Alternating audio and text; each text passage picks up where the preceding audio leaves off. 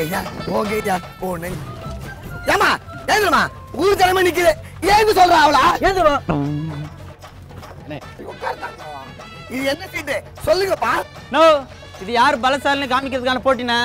காந்த கண்ணகி இருக்கலாமா இதெல்லாம் இழுக்கிறதுக்குன்னு எங்க ஊர்ல ஒரு தலைவர் இருக்காருண்ணா